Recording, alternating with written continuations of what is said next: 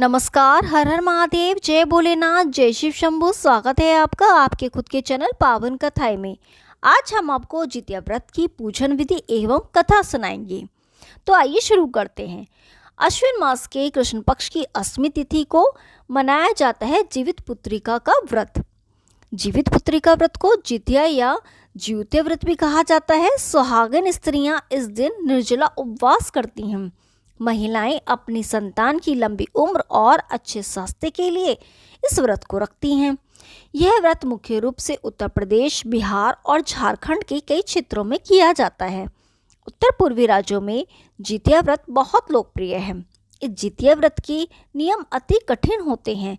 जितिया व्रत 3 दिनों तक चलता है। पहला दिन नहाए खाएं, दूसरा दिन जितिया निर्जला व्रत और तीसरे दिन पारण किया जाता है। जितिया व्रत की संपूर्ण पूजन विधि: स्नान कर स्वच्छ वस्त्र धारण करें, भगवान जीमूतवाहन की पूजा करें। भगवान जीमूतवाहन की कुशा से निर्मित प्रतिमा को धूप, दीप, चावल, पुष्प आदि अर्पित करें। मिट्टी तथा गाय के गोबर से चील व सियारिन की मूर्ति बनाएं। इनके माथे पर लाल सिंदूर का टीका लगाएं। जीवित पुत्रिका व्रत की कथा कहें या सुने।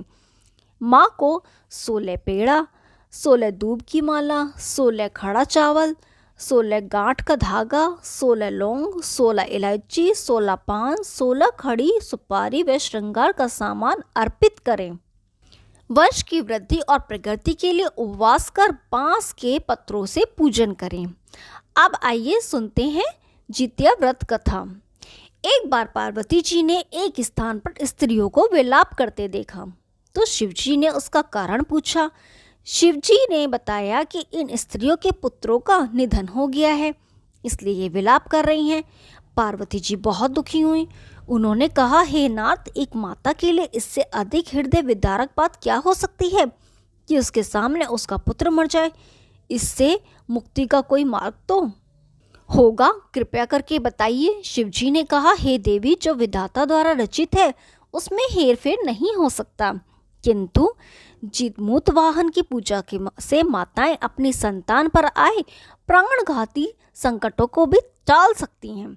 जो माता आश्विन मास की कृष्ण पक्ष की अष्टमी को जीमूतवाहन की पूजा विधि विधान से करती हैं, उनके संतानों के कष्टों का नाश होता है।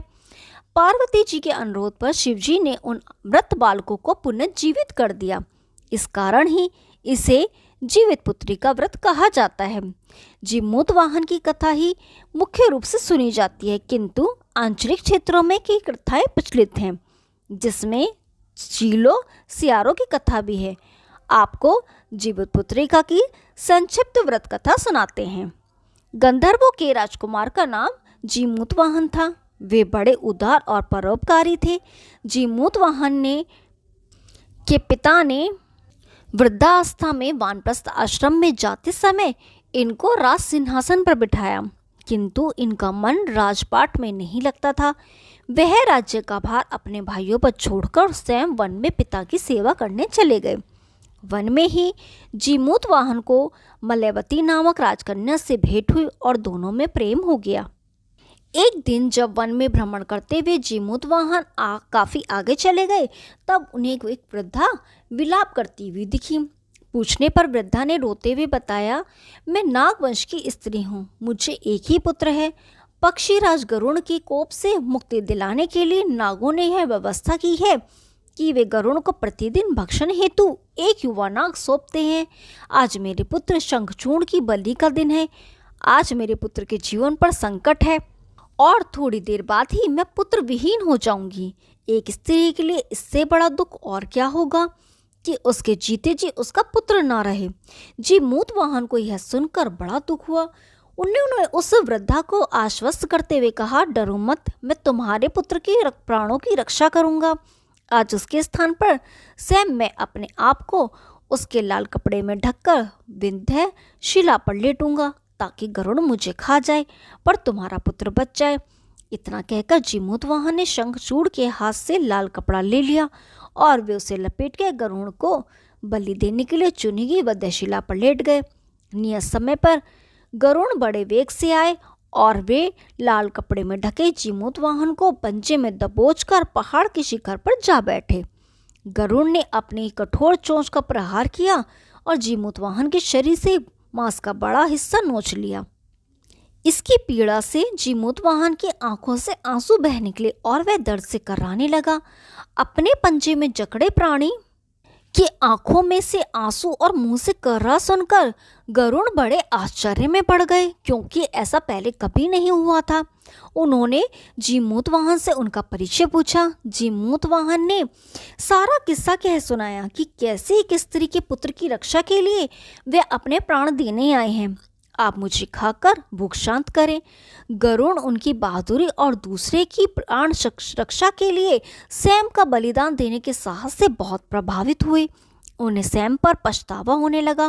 वे सोचने लगे कि एक यह मनुष्य है जो दूसरे के पुत्र की रक्षा के लिए स्वयं का बलिदान दे रहा है, और एक मैं हूँ जो देवों के संरक्षण में हूँ किंतु दूसरों की संतान की बलि दे रहा हूँ। उन्होंने जीमूतवाहन को मुक्त कर दिया। गरुड़ ने कहा, हे उत्तम पुरुष, मैं तुम्हारी भावना और त्याग से बहुत प्रसन्न हूँ। मैंने तुम्हारे शरीर पर जो घाव दिए हैं उसे ठीक कर देता हूँ। तुम अपनी प्रसन्नता के लिए मुझसे कोई वरदान मांग लो। राजा जीतवाहन ने कहा, हे पक्षीराज, आप तो सर्वसमर्थ हैं। यदि आप प्रसन्न हैं और वरदान देना चाहते हैं तो आप सर्पों को अपना आहार बनाना छोड़ दें। आपने अब तक जितने भी प्राणी लिए हैं उन्हें जीवन प्रदान करें।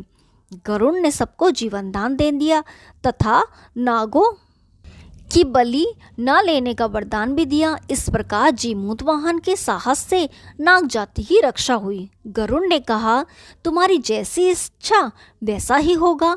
हे राजा, जो स्त्री तुम्हारे इस बलिदान की कथा सुनेगी और विधि पूर्वक व्रत का पालन करेगी, उसकी संतान मृत्यु के मुख से भी निकल आएगी।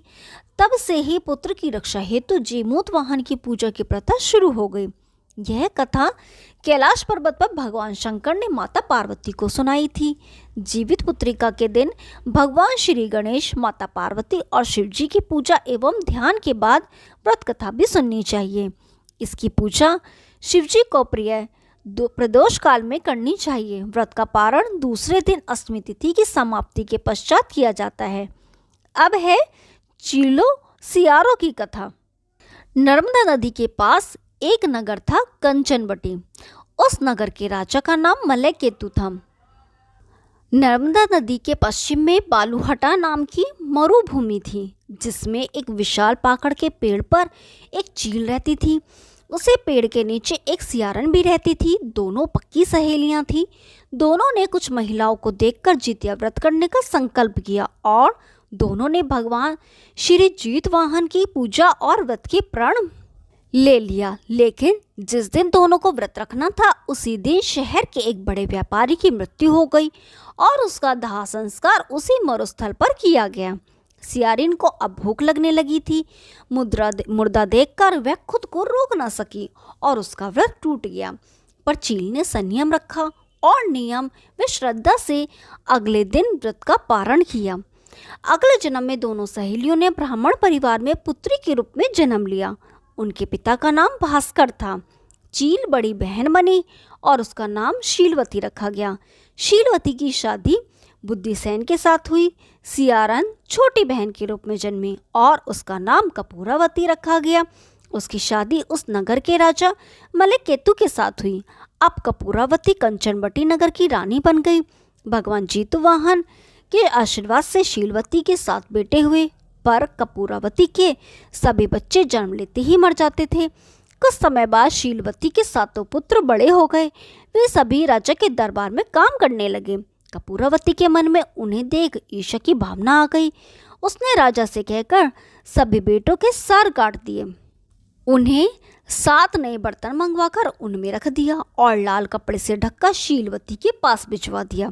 यह देख भगवान जीतवाहन ने मिट्टी के 7 भाइयों के सर बनाए और सभी के सिर को उसके धड़ से जोड़कर उन पर अमृत छिड़क दिया। इससे उनमें जान आ गई। 7 युवक जिंदा हो गए और घर लौट गए। जो कटे सर ये रानी ने भेजे थे वे फल बन गए। दूसरी ओर रानी कपूरावती बुद्धिसेन के घर से सूचना पाने को व्याकुल थी। जब काफी देर सूचना नहीं आई तो कपूरावती स्वयं बड़ी बहन के घर गई। वहां सबको जिंदा देखकर वह सन्न रह गई। जब उसे होश आया तो बहन को उसने सारी बात बता दी। अब उसे अपनी गलती का पछतावा हो रहा था। भगवान जितुवाहन की कृपा से शीलवती को पूर्व जन्म की बातें याद आ गई। वह कपूरावती को लेकर उसे पकड़ के पेड़ के पास गई और उसे सारी बात बताई। कपूरावती बेहोश होकर वहीं मर गई। जब राजा को इसकी खबर मिली तो उन्होंने उसी स्थान पर जाकर पाकड़ के पेड़ के नीचे कपूरावती का दाह संस्कार कर दिया। हर हर महादेव। यदि आपको ये कहानी पसंद आई तो वीडियो को लाइक कीजिए, शेयर कीजिए और चैनल को सब्सक्राइब कीजिए। हम आपके लिए ऐसी रोचक पौराणिक कथाएं लाते रहेंगे। तब तक के लिए नमस्कार।